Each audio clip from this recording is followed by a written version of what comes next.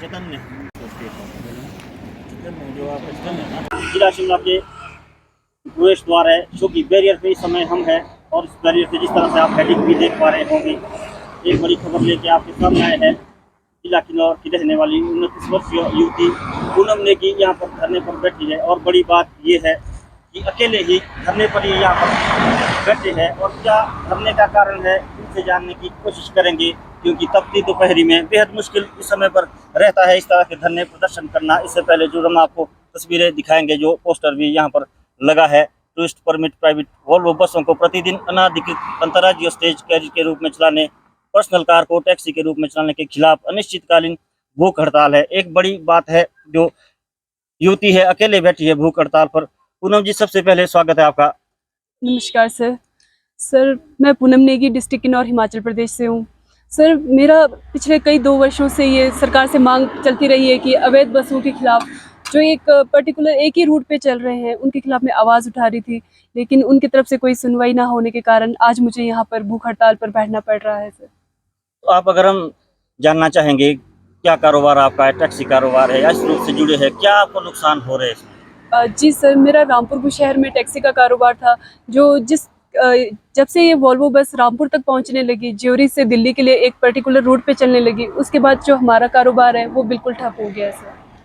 इस तरह से हमारे दर्शकों को ये बताने की कोशिश करें कि जो वॉल्वो बसेज है, जो यहाँ चलती है, शिमला चलती है, अन्य जगह पर चलती है, किस तरह से जो कारोबार है ये इफेक्ट आपका हो रहा है, क्या आपको लगता है? जी सर, देखो सर, बात यह है कि अगर आप टूरिस्ट परमिट पर अपनी सवारी लेकर आ रहे हो, उसमें हमें कोई दिक्कत नहीं है। आप आओ, सवारी को घुमाकर वापस ले जाओ, उसमें कोई प्रॉब्लम नहीं है। लेकिन बात यहाँ पे ये आ रही है कि ये जो लोग हैं पर्टिकुलर एक ही जगह पर चला रहे हैं। जैसे शिमला से दिल्ली की बुकिंग होती है, इनकी पर डे सीट की बुकिंग होती है, जैसे HRTC की बुकिंग होती है।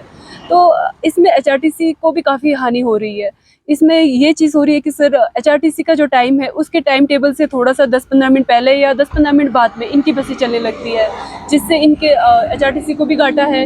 जो यहाँ के लोकल हमारे टैक्सी यूनियन वाले हैं, उनको भी घाटा है सर। तो ये सब इलीगल तरीके से एक रूट पर आप चला रहे हो, ये सारी दिक्कतें आ रही है सर।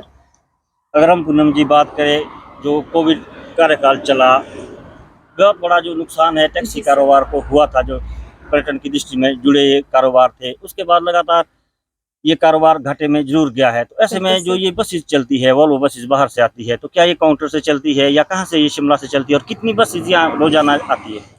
जी सर, इनका कोई पर्टिकुलर काउंटर नहीं है। इन्होंने एक अपना जगह तय किया है, जैसे बाईपास के आसपास या फिर जो HRTC का न्यू बस स्टैंड है, उसके साइड में कहीं थोड़ी सी दूरी पे लगा लेते हैं ये लोग। और एक अपना ऑनलाइन वेबसाइट के ज़रिए ये अपना सीट बुक करते हैं और पर्टिकुलर वहाँ से जो बाईपास से है, वहाँ पर सवारियों को बिठाते हैं और उतारते भी वहीं पर ही है। तो वहाँ से ये अपना कारोबार चला रहे हैं।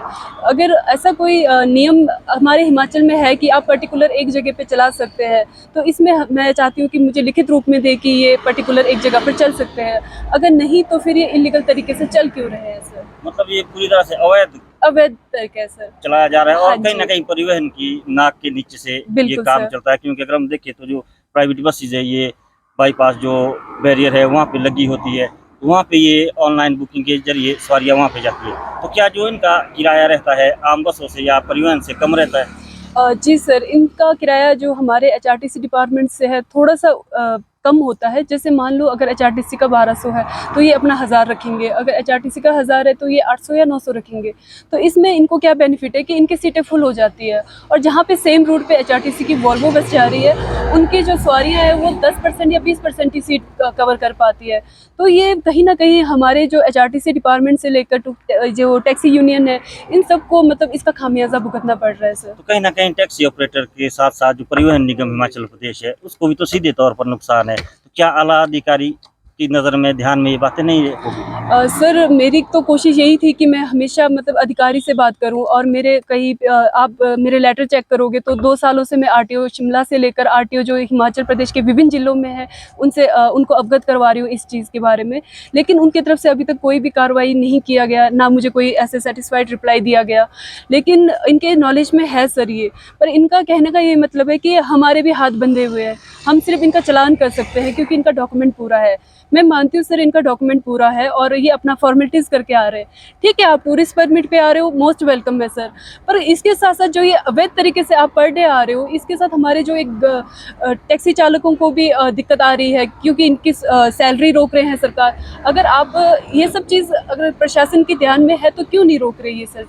और जो ये कंटिन्यू आ रहे हैं, तो कहीं ना कहीं सर एक हमारे हिमाचल प्रदेश के अंदर ग्लोबल वार्मिंग का भी खतरा बढ़ रहा है। दिन प्रतिदिन हमारी गर्मी जो है, मतलब शिमला के अंदर भी कभी ऐसा नहीं सोचा था किसी ने कि इतनी गर्मी भी हो सकती है, जबकि यहाँ पे तो शिमला का मौसम कभी भी ठंडा कभी भी गर्म हल्का ऐसा चलता रहता था सर, पर इन दिनों बहुत ही गर्मी हो रही है, तो ये सब चीज़ें नुकसान का कारण बन सकता है सर। इसके साथ साथ आपने जो लिखा है पर्सनल कार को टैक्सी के रूप में चलाने की भी एक अलग से बात हो रही है, वॉल्वो बस से अलग है, ये क्या है, ये क्या मांगा? जी सर, जैसे कि चंडीगढ़ से, हरियाणा से, दिल्ली से कई गाड़ियाँ आती हैं जिनके ऊपर कैरियर लगी होती है, तो इसमें हमें देखने को ये मिलता है सर कि वैसे तो आजकल लोग चुस्त हो गए हैं, वो ड्राइवर आपस में बात कर लेते हैं कि पुलिस के सामने हमें किस तरीके से बिहेव करना है ताकि उनको पता ना चले कि ये टैक्सी गाड़ी में चल रही है। लेकिन मेन मुद्दा यहाँ पे ये आती है कि सर कि हम टैक्सी लेकर अगर चंडीगढ़ जा रहे हैं तो वहाँ पे हमारा ये कहकर चालान कर दिया जाता है कि आपकी गाड़ी के ऊपर ये जो कैरियर लगा है ये अलाउड नहीं है। तो जब टैक्सी गाड़ी के ऊपर कैरियर अलाउड नहीं है तो ये प्राइवेट गाड़ियों के ऊपर क्यों अलाउड है? मेन मुद्दा तो वहाँ पे खड़ा हो रहा है सर। बाकी हमारे को जो प्रतिदिन हम यहाँ पे बैरियर पे बैठते हैं, पुलिस वाले हैं, उनको भी थोड़ा बहुत ये आइडिया हो जाता है कि कौन सी गाड़ी पर्सनल है, कौन सी गाड़ी टैक्सी में चल रही है, तो ये सब चीज़ें थोड़ा सा हमें आइडेंटिफाई करके सर इसको रोकना पड़ेगा। अदरवाइज़ ये दिन दूर नहीं है कि जो चंडीगढ़, दिल्ली, हरियाणा का हाल हो चुका है सर इस टाइम ना टैक्स चोरी का, क्योंकि वहाँ पे आधी से ज़्यादा गाड़ियाँ जो है प्राइवेट नंबर में चल रही है। तो ऐसा ही माहौल हमारी शिमला का भी हो सकता है और हमारे हिमाचल प्रदेश में भी ये दिन आ सकते हैं सर। तो क्या इस मांग को लेकर आप जो हिमाचल प्रदेश में कांग्रेस की अभी नई सरकार बनी है, मुख्यमंत्री या उप मुख्यमंत्री जिनके पास परिवहन विभाग भी है, क्या उनसे मिले हैं अब तक? नहीं सर, मैंने हमेशा लेटर के माध्यम से ही उनसे जवाब मांगा था, शांतिपूर्ण उनसे जवाब मांगा था, और अभी पिछले कुछ दिनों पहले मैंने नई सरकार बनने के बाद भी इनको लेटर लिखा, लेकिन उसका मुझे कोई जवाब नहीं मिला, जिस कारण मुझे मजबूर होकर धरना देना पड़ा सर। तो आप भूख हड़ताल पर बैठे हैं, कब आप बैठे हैं, कितने दिनों तक बैठे रहने की योजना? सर मैं पिछले कल बैठी हूँ, मैंने 2 दिन का अल्टीमेटम सोशल मीडिया के माध्यम से सरकार तक पहुँचाने की कोशिश की है। अगर आज शाम तक मुझे कोई रिप्लाई आता है तो ठीक है, अगर मुझे आश्वासन दिया जाता है कि इनके खिलाफ ठोस कार्रवाई की जाएगी, अगर ऐसा कहते हैं तो मैं शाम को उठ जाऊँगी, अगर नहीं कहते हैं तो मेरा कल सचिवालय के सामने बैठने का निर्णय लिया है सर मैंने। कल आप सचिवालय में बैठेंगे, सचिवालय में भी आपको नहीं बैठने दिया जाता, पुलिस द्वारा जगह नहीं दी जाती, तो अगला क्या कदम रहेगा, क्योंकि काफ़ी बड़ी लड़ाई ये रहने वाली? जी सर, अगर मुझे सचिवालय के सामने बैठने का मौका नहीं मिलता है तो मैं अगला जो स्टेप है वो मैं हाई कोर्ट का दरवाज़ा खटखटाऊँगी।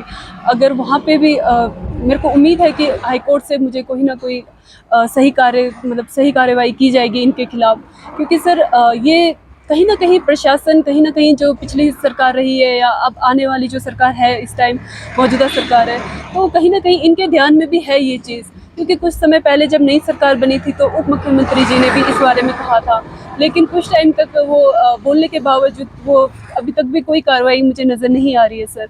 जो कि हिमाचल में आए दिन मतलब इतनी वॉल्वो बसेस का आना जाना एक चलता रह रहा है, वो ये सब चीज़ें हैं सर। इससे पहले भी रामपुर तक भी ये बस चली थी, उस समय हमने भी खबरें उठाई थी, उस दौरान भी आपने जो है उसकी खिलाफत की थी और रामपुर में ये बस बंद भी हुई थी, उसके बारे में भी बताएं। जी सर, रामपुर से भी एक बस थी, वो 2 बस चलाते थे अलग-अलग, जबकि वो आरटीओ कुल्लू से भी ब्लैक लिस्टेड थी, बिलासपुर से भी ब्लैक लिस्टेड थी सर। तो वो बसों को वहाँ पे ना चला के वो सोलन शिमला होते हुए रामपुर भेजी जा रही थी सर। तो ऐसे में आप एक ब्लैक लिस्टेड बड़ी गाड़ी जो एक वॉल्वो है, करोड़ों की बस है, उसको आते हुए हम नज़रअंदाज कर रहे हैं, तो ये सर थोड़ा कहीं न कहीं मुझे लगता है कि सरकार भी इसको नज़रअंदाज कर रही है या मिलीभगत है सर, ये इसमें मैं नहीं कह सकती। तो इसमें मैंने कहीं कंप्लेंट की, तो उसमें लास्ट में थोड़ा-सा उन्होंने सख्त रुख करते हुए आरटीओ साहब ने भी कई बार चालान किए, बस 1-2 बार बाउंड भी किया। लेकिन आरटीओ साहब का जवाब ये था कि अगर हम बस को बाउंड करते हैं तो कल को करोड़ों की प्रॉपर्टी है, लायबिलिटी हमारे ऊपर आ जाती है, हमारे पास इतना सेफ जगह नहीं है कि हम इस चीज़ को रख सकें। तो उनके भी हाथ बंधे हुए सर, कहीं न कहीं मतलब उनको भी दिक्कत आ रही है। तो ये रूट वहाँ से तो बंद हो गई सर। बाकी मीडिया के माध्यम से ये आवाज़ भी उठी थी और इसका काफ़ी अच्छा असर रहा कि ये बंद हो गई सर। लगातार अगर हम देखिए विभिन्न टैक्सी यूनियन है पूरी हिमाचल प्रदेश में, शिमला की अगर हम बात करें तो आवाज़ जरूर उठाते हैं इलीगल ये जो पर्सनल वाहन है या निजी कारों में जो सवारियाँ लाते हैं या अन्य और लोगों की बात करते हैं, तो क्या आपके समर्थन में भी शिमला टैक्सी यूनियन और अन्य जो टैक्सी यूनियन लोगों से बातचीत चल रही है? अभी तक तो सर किसी टैक्सी यूनियन से मेरी बात नहीं हुई है, ना उनके कोई कांटेक्ट आए हैं मेरे पास। सिर्फ एक एचआरटीसी शिमला यूनियन से जो प्रधान जी है उनका समर्थन मिला है, और एचआरटीसी रिकांगपिओ से भी समर्थन मिला है मुझे। तो उनका यही कहना है कि अगर आपको मतलब इस में कोई दिक्कत आती है तो हम आपके साथ खड़े हैं। क्योंकि सर मेरा मानना क्या, मतलब हिमाचल में जहाँ तक देखें कि एचआरटीसी की भी बहुत लंबे समय से यही मांग चले आ रही है कि उनकी सैलरी क्यों रोकी जा रही है, क्यों वो घाटे में शो कर रहे हैं। हमेशा सरकार हमेशा एचआरटीसी को घाटे में शो कर देती है। तो कहीं ना कहीं ये रीज़न ये भी है कि टूरिस्टों को वॉल्वो की एक पर्टिकुलर रूट पे एक फैसिलिटी मिल रही है, तो वो हमारे लोकल ट्रांसपोर्ट पे क्यों रुक करेंगे। जी धन्यवाद जी। हमें